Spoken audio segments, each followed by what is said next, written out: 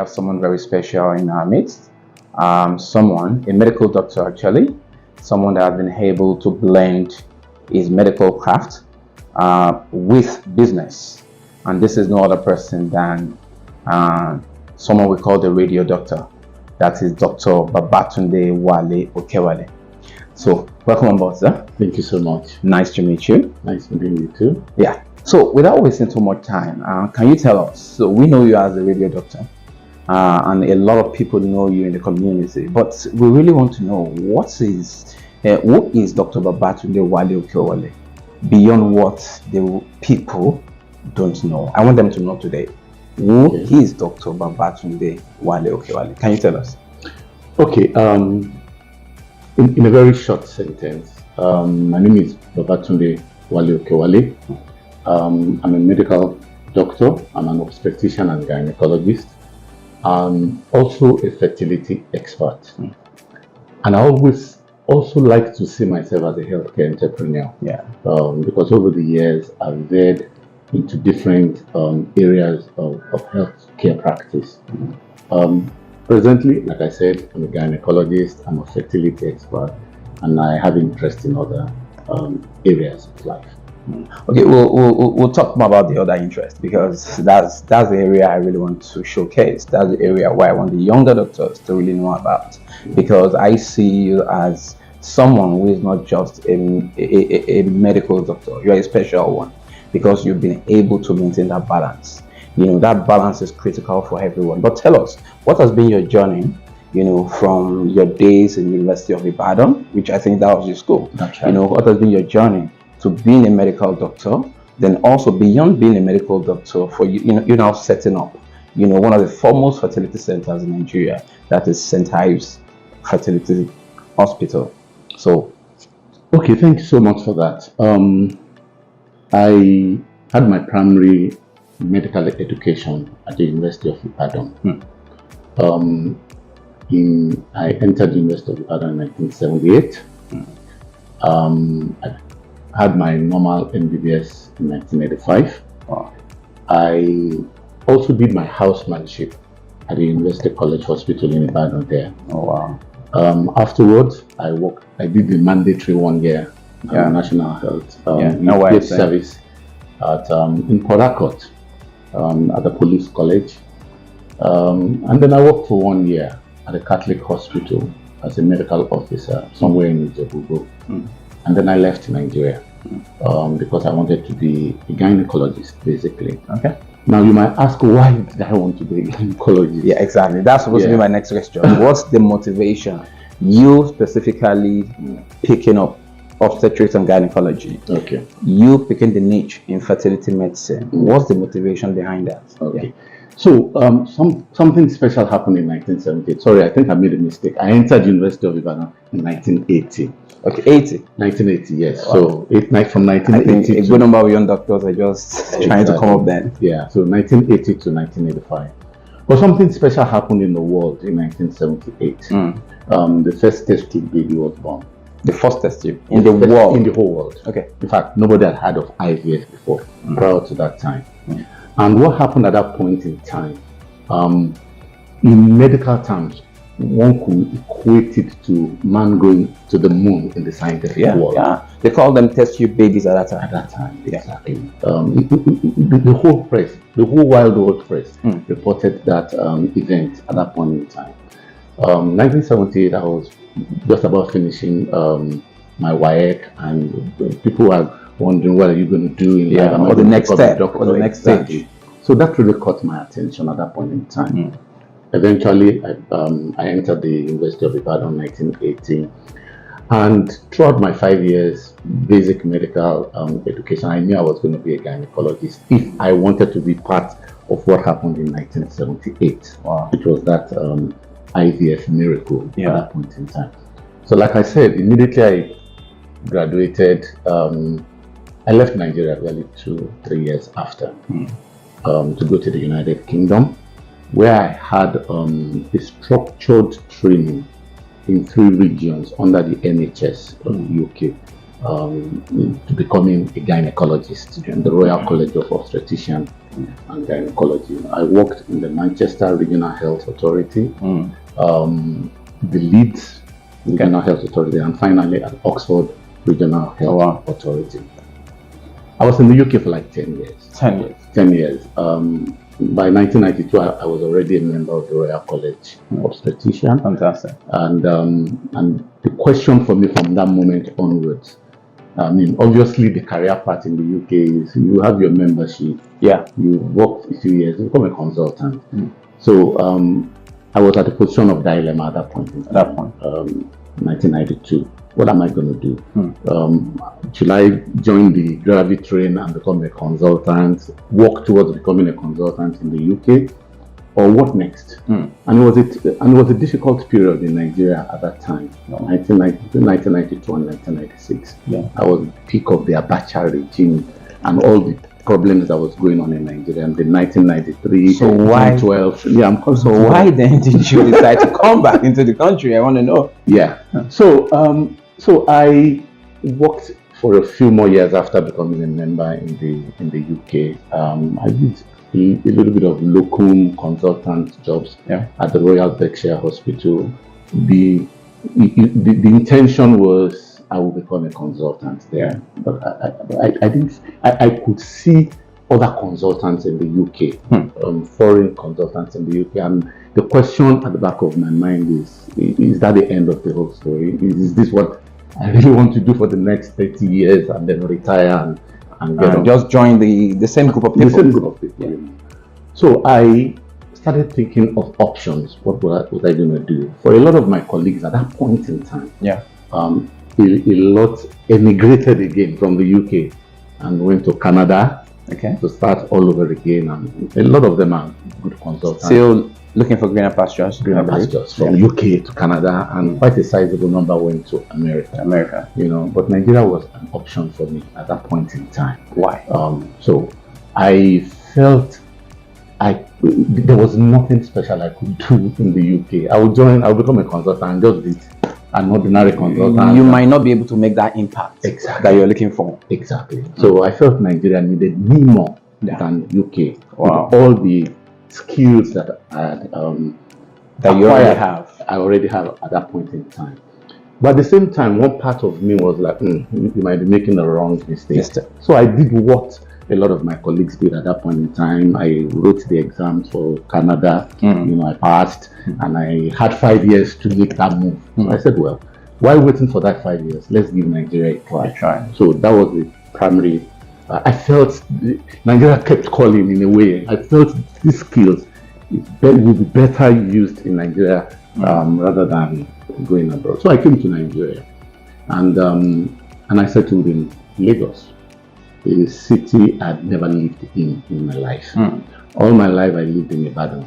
I went to primary school in Ibadan, secondary school in Ibadan, university in Ibadan, stint in. But now you're leaving your comfort zone. Exactly. But I saw Lagos as where I would have to bet when I get to Lagos. And so that's how I got to Lagos. The intention there was, if you didn't work out, I still have the option of... You can still take your bags. And take it back. But now, will you tell us that at the end of it all, does it look like it's a good decision? Does it look like it was a good choice you made? It was the best decision I ever made in my life. I like that. It was the best decision. You know, because JAPA has become the order of the day. You know, young doctors, young healthcare practitioners, beyond doctors, nurses, everybody feel that once I graduate, the next step for me is just to go out of the country. And I feel that, you know, I won't say you can't go out of the country, because we did. I did. You also did. But I think for us it was to go acquire better skills, but come back home to see how we can actually make an impact. And I think that we are making, because, you know, today, you know, we know what St. Ives is doing. It's become one of the foremost, you know, IVF centers in Lagos State, at least. You know, and beyond that also, we also know that today we call you the radio doctor. You've gone beyond just, you know, being a medical practitioner into being a media entrepreneur. Beyond that, also we have the St. Ives Medicare, I think the HMO. HMO. You've gone into managed care, how to also see how you can transform all this. So really, I think, and again, beyond that, the hundreds of people that you've been able to employ, that you've been able to train, you've been able to impart with the skills, you would not have been able to do this. So I think that is what we need to look at. So I think that it's very important for people. The same thing goes with the business doctor. What we're trying to do is come back into the country. Let's see how we can, engender the new generation of doctors to be better business leaders. And there's no way better than Nigeria to do this. So I think I'm very, very, I'm excited that, you feel that you made the right decision forward. So now tell us, what skills do you think it's important to put together if you want to be a successful entrepreneur? As a medical practitioner, what are the leadership skills, what are the management skills that you feel they need to acquire for them to be successful? Being an entrepreneur also, because you can be an entrepreneur even as a doctor, even as a scientist, even as a nurse, you can be an entrepreneur. So what are the skills people need to get?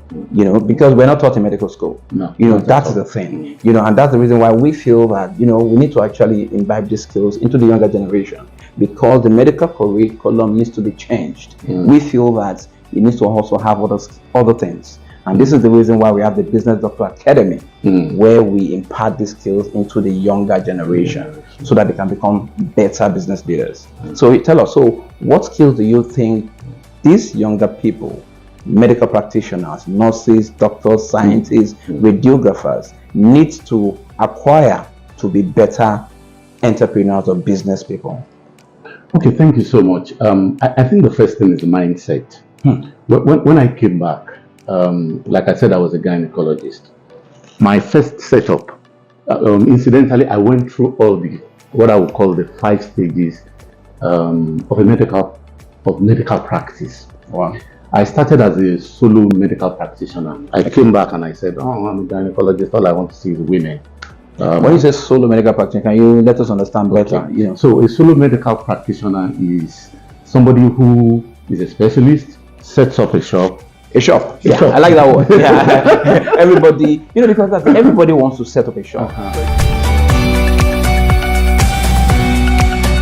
Everybody graduates from the medical school, and the next thing is that you want to set up a small shop. And eventually, sometimes you realize that shop does not really grow. Exactly. It remains a shop for the next 20 years if you're not careful. How have you been able to transform your shop into St. Ives that has how many branches in Lagos now? We'll be going. We'll be having our 4th branch. Your 4th branch. 4th branch. I'm also aware that we have one this year you set up the Okewale branch, which is a magnificent edifice. Yeah. So tell us, how does a routine medical person transform beyond just a shop to a scalable business? Beautiful. Thank you. So I started as a solo medical practitioner. What I meant by that is I came back, set up a shop, have an office, and let people know that a gynecologist is in town, employed 1 to 5 people, some nurses and the rest. That's a solo medical practitioner. I was seeing patients, but I was doing everything basically. Doing everything by yourself? By myself. You were the accountant, you were the doctor seeing the patient, I'm the one that you were the purchasing officer, I answered the phone. You answered the phone. So the separation of powers were not there. The division of labor wasn't there. Even your skill cannot be effective and efficient to do the job. So people need to know this. You can't do it all by yourself. It gets to a time you need to bring the right people to join you. Even I tell people, even you as a doctor, you do not have to be the CEO. Thank you. You can be the CEO if you have the skill, but you do not necessarily have to be the CEO. So the mindset initially, what I realized at that point in time is I was working in the practice. I was everything. I was burning myself. Burning yourself. And then, but I knew I needed to start working on the business, not in the business. Fantastic. So working on the business, not in the business, to grow the business to the next level. To the next level. And so I went to the stage 2. Fantastic. Where I started hiring people. Basically, that's stage 2. But the problem with the stage 2 that I quickly encountered was my bills went up. I had to pay salary. I was responsible for other people apart from myself. You know, and so that was the stage 2. But at that stage, at least I could delegate duties to other people. It didn't take me long on that stage because I was now working on the business to realize that I needed to go to the stage 3. Now that my stage 2 was, by that time I had employed 5 to 20 people. I tend to stratify them in terms of employment. It's like when you have the growth, like the life cycle of every business. You have the initial stage, conceptualization, you have the startup, then you move into the growth phase and things like that. So by stage 2 was more or less like the growth. I started the growth, and very quickly I moved to the stage 3. By stage 3, I was already, my focus at that point in time was growing the business. And the only way I knew I could grow the business at that point in time was, 1, to increase my clientele base. Exactly. And then 2, to have the required hire the right people. Your income needs to grow for you to pay the bills that is increasing. So that's very important. So people need to know the balance on how to do this. And it's important to also know that you will almost go through all the stages. So people need to know that you will go through the stages, but you need to know how to navigate. And I think I remember that I actually had a webinar just about a month ago on navigating through the business life cycle and things like that. So people need to look at that. So as the business was growing, or the medical practice was growing, I started realizing that I was lacking in some skill sets. I was a doctor. I didn't know much about financial statements, financial acumen, and things like that. More clients were coming. I could see the revenue growing, but I could also see my cost growing. But I think that's an important stage because you had the self-awareness to know that you are lacking in some basic skills. Part of the problem is that some of us don't even know that we're lacking in some skills, which is the first thing. So you are aware, and you can now see how you can solve that problem. So how did you solve that? So immediately I realized I lacked some skill sets. The first thing I did was again get the right hires. Where I could. I would put my stage 3 and 4 together because they were still the growth period. The more clients I was getting, the more resources I was expending to service those clients. So that was basically the growth, and I started doing a lot of studying on my own, and I realized at that point in time that there were 3 things that would help me if I was to go to the ultimate level, which was always where I wanted to be, to have a practice that is scalable. I was having a growth business up to that point in time, and the 3 things that quickly came up was, the first, I had a good product. I knew that the services that was sellable. I knew I had that. That was my first key. The second thing was my processes. I knew I was lacking a lot in the standardizations, the processes of running the business. Properly. And then the third thing basically is the people, my hires. No, but in selling, you've been able to actually talk to us about quality management, because the bedrock of quality management is 3 things. Number 1 is your systems. Putting the right systems in place. When you talk about right system, the right accounting system, accounting software, and things like that. Then now you talk about the process. What are your processes? What are your standard operating procedures? How do you do things to be sure that your results are reproducible? Even when Dr. Okewale is not there and another doctor is there, how do we ensure that they get the same result Dr. Okewale gets? It's the processes. Then now finally we have the people. So how do I get the right hire? How am I sure that, how am I training them? How am I ensuring that their training today is in line with the training tomorrow, continuous training and things like that? Those are the 3 things that form the bedrock of quality management. And really, I think you've been able to identify that, and that was key. So you move into the next thing. So by the time I was in the stage 3, stage 4, which was the growth period, I was already thinking on the scale, and then I knew I was lacking in the other 2. Like I said, the processes, the standardization, the system, and the people. Again, I recognized the lack in the skill set. And at that point in time, I started hiring the right set of people, people who, in terms of doctors that I don't have to micromanage, people who already have some things to offer. Okay. And in areas where I felt I was totally lacking, I had to set up an advisory board. Okay, good. That's important. Yeah, That's for important. people who had different skill sets. So at that point in time, your business is becoming structured. You know, that's another thing people need to know. Your business is becoming to have a structure, a framework. Because when CEOs act like they are the all-in-all, that's a problem. When you have an advisory board, when you have a board, you know you're also reporting to some people. That helps you. Yeah. And the truth, I did have to. But I felt I needed to be accountable to some people who, and we can see the result today. Yeah, like advisors and the rest, you know. And so, so the last question for me was, which type of skill am I looking at? Like I said, I do a lot of self-studies. As if I went to any management school. But I would pick advice from anywhere and try and use them, you know. So I picked in terms of scaling, I realized there were basically 3 types.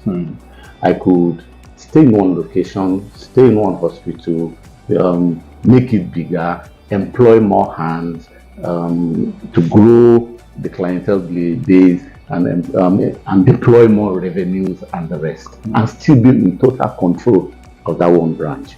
That was one way. But I felt that was not the way. I want to live my life. I want to have other things to do in life. Because if I went that route, I would be in control of everything. I would basically not have any holidays and things like that. And I think I know you enjoy your holidays a lot. I've seen some things about you, and I know you enjoy your holidays. And I think that's important also. Because a lot of doctors, you realize that they burn themselves out a lot. You know, how have you been able to balance life? You know, work-life balance right now. You know, with all these things you're doing, you're a media entrepreneur, you are a practicing medical doctor, you are also, you know, a CEO to several other brands and things. But how have you been able to balance this with you know, with your family life, you know, and also with the commitment as a medical doctor? Have you been able to achieve this? Okay, so basically the eventual business model I picked actually helped in that aspect. I decided that I was going to scale by location. And once I decided I was going to scale by location, the processes became, I employed people who could help with the processes, because I couldn't be in all the different locations. That's number one. So I had to have the best hires. The best hands. I lost some controls. You gave out some controls. I gave controls. Each location has their own medical director and the rest, you know. Then I had freedom because I bought myself my freedom, basically. But the systems were okay. Each location was running. You know, but also with the freedom, you're able to think at a strategic level. Thank you. Beyond operational right now. Because when you laden yourself with too much things, you know, you are still at the operational level. So by giving those to other people, you are able to be more strategic. So you can now think about how to, because I'm going to go there, how to scale the business, how to do other things, you know, at the higher level. And at the same time, more importantly, maybe you need to tell us how to, you know, investors. I don't know the story of St. Ives, you know, how about funding, which is very, very critical to any business, you know, from the one shop, you know, scaling the business will require some funding. So, and I know that definitely. You know, that is what you need to think about almost every day. Almost every day. So we've been very lucky so far. I must confess, we've self-funded all throughout. Fantastic. We've self-funded. We are not indebted to any bank. That shows a business that's doing well. Exactly. So we've reinvested every profit. You plow back. You plow back. That's what we also need to understand. People need to, you know, because with my experience with the South African people.